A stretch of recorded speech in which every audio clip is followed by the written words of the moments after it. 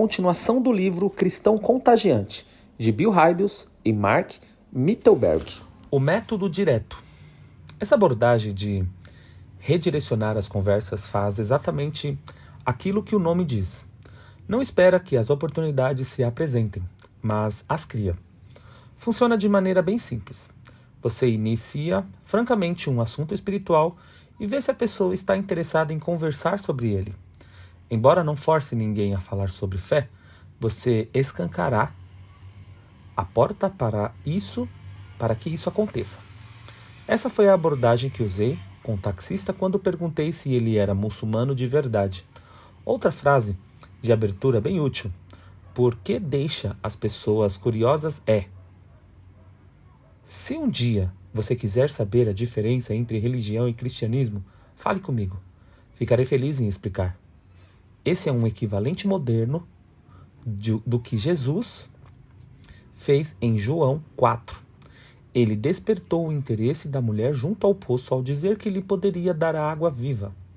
Ela nunca havia ouvido falar daquilo, mas ficou intrigada. Uso essa abordagem enquanto faço caminhadas no clube. Corro até as pessoas que conheço, digo isso a elas e sigo em frente. Elas podem ignorar o que eu disse, trazer o assunto à tona mais tarde ou correr até mim e pedir uma explicação.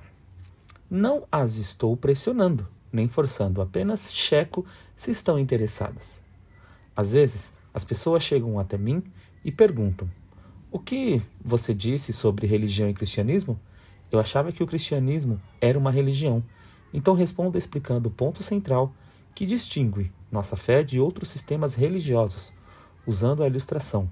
Faça versus feito, o que apresentarei em detalhes no capítulo seguinte.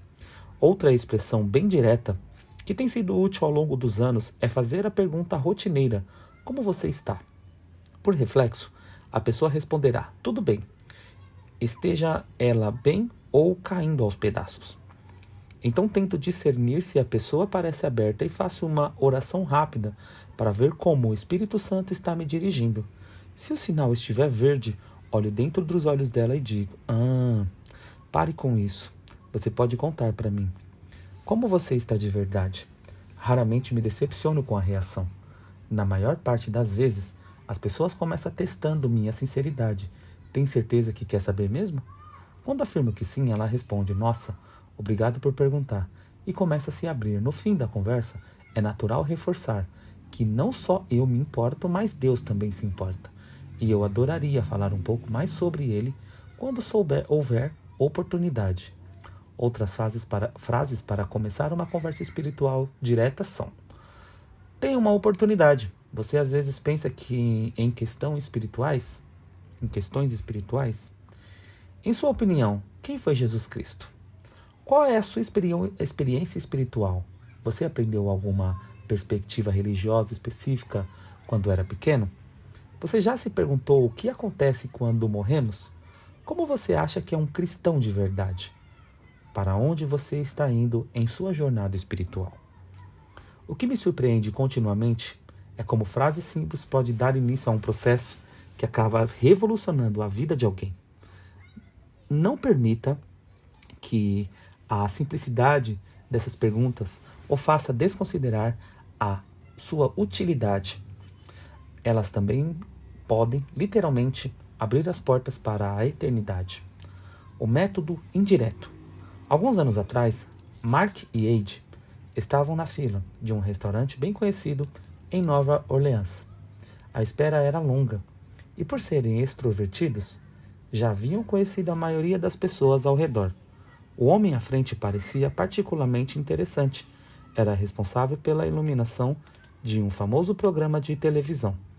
Decidido a se arriscar um pouco, Mark fez a transição da conversa dizendo: como você é especialista em iluminação, talvez possa explicar algo sobre as luzes que usamos para uma apresentação musical especial em nossa igreja. Como havia previsto, Mark não notou muito interesse nos olhos do homem, pelo menos não até aquele momento, mas prosseguiu.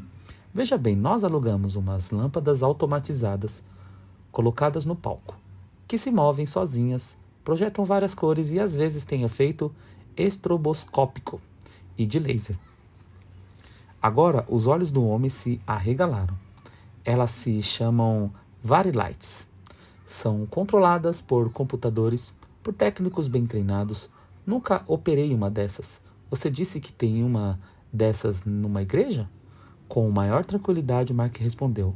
Uma não, umas 30. Elas foram colocadas em suportes motorizados que desciam do teto durante o programa. Foi muito interessante assistir.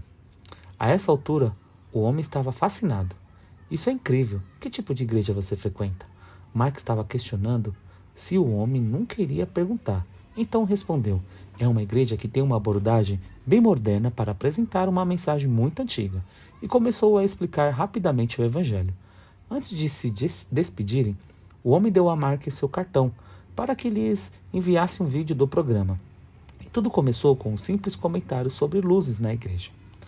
Com esse exemplo ilustra, o método indireto pega algum elemento isolado e o utiliza para dirigir a conversa a questões sobre Deus, a igreja ou a fé. Praticamente não há limites para as formas de fazer isso. Com um pouco de planejamento e prática, quase todo mundo pode dominar essa abordagem. A seguir, apresento algumas outras ilustrações. Negócios. As pessoas no mercado de trabalho costumam perguntar: como estão as coisas com você? Em vez de dar uma resposta padrão, que tal responder algo como: financeiramente está tudo bem, na família está tudo ótimo e espiritualmente as coisas estão fantásticas. Sobre qual delas você quer falar? As pessoas podem estar prontas para partir para um nível mais profundo ao reagir dizendo: bem, voltando para a parte financeira, tudo bem? Pelo menos você plantou sementes para conversas futuras. Mudanças. Quando alguém acaba de mudar para um novo bairro, é natural perguntar se a pessoa encontrou bons lugares para fazer compras, comer fora ou consertar o carro. Por que não perguntar se ela também encontrou uma boa igreja? Mesmo se ela disser que não está procurando, trata-se de uma introdução natural à questão de fé. Um exemplo especialmente criativo vem da experiência de Jim, advogado que mudou seu escritório para um novo local. Desde então, ele sempre diz às pessoas: é ótimo, fica a apenas 20 minutos de minha casa e a 5 da igreja. Nem que seja por educação. As pessoas costumam reagir perguntando sobre o envolvimento dele com a igreja. Hobbies e tempo livre.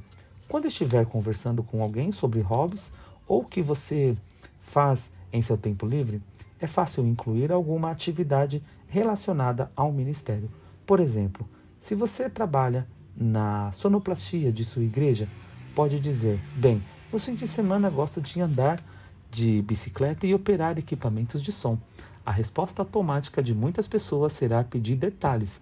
Abordagens semelhantes podem ser usadas em quase todas as áreas, qualquer que seja seu trabalho, com iluminação, construção, decoração, culinária, limpeza, música, ensino ou recepção. Talvez você ajude nos programas infantis. Ao conversar com seus amigos sobre filhos, será fácil dizer algo do tipo: descobri que as crianças podem ser um grande desafio. O que me mantém motivado é cuidar de 40 delas todos os fins de semana. Depois de pegar no chão o queixo de cada interlocutor, você pode explicar que faz parte da equipe de ensino da sua igreja e mencionar: a propósito, vocês deveriam ver os programas empolgantes que estamos fazendo com as crianças. Com alguma criatividade, qualquer função no ministério pode ser descrita em termos interessantes que despertarão curiosidade, e há apenas um pequeno passo para entre falar sobre seu envolvimento com a igreja e o amor de Deus que o motiva. Natureza. Que tal usar as maravilhas da criação a fim de apontar para o Criador? Se você estiver com alguns amigos no zoológico, é uma simples questão de olhar para a girafa e dizer: sabe, Deus devia estar dando risada quando criou esse bicho. Que senso de humor incrível ele deve ter. Mark usou uma abordagem parecida quando fazia uma trilha pelas montanhas rochosas e ficou amigo de um homem que estava acampado sozinho. Enquanto caminhavam juntos, observaram a variedade maravilhosa de flores do campo ao longo do caminho. Por fim, Mark disse: Deus teve uma imaginação extraordinária para criar flores de tantos formatos e cores diferentes. Era uma simples observação favorável com a qual era possível concordar, argumentar ou ignorar. A resposta do amigo foi: acho que isso faria sentido para quem acredita em Deus, mas esse caso não é o meu. Uma reação como essa não é sinônimo de fracasso. Lembre-se que o objetivo de iniciar o assunto não suscitar uma reação positiva. Na verdade, uma situação como essa sempre cumpre o objetivo, pois, ao dizer que não acreditava em Deus, o homem abriu espaço para um diálogo. Mark prefere o estilo intelectual de evangelismo, por isso se enche de alegria com a oportunidade de falar a um ateu sobre Deus. Foi natural para ele perguntar: que interessante, por que você não acredita em Deus? Essa breve troca de frases resultou numa conversa que durou o resto da tarde e se estendeu pela noite, até a fogueira apagar. Continuaremos o livro no próximo áudio.